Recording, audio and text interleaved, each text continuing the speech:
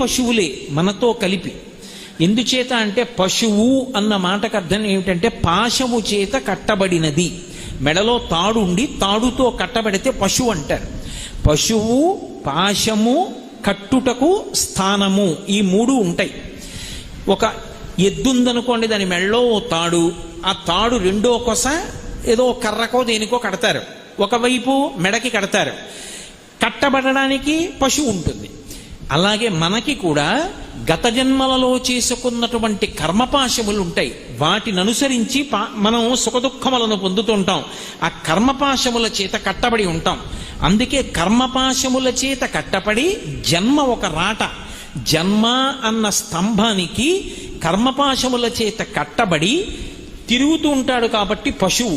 అందుకే శంకర భగవత్పాదులంతటి వారు శివానందలహరి చేస్తూ, శంకర నేను పశువుని, మీరు పశుపతి.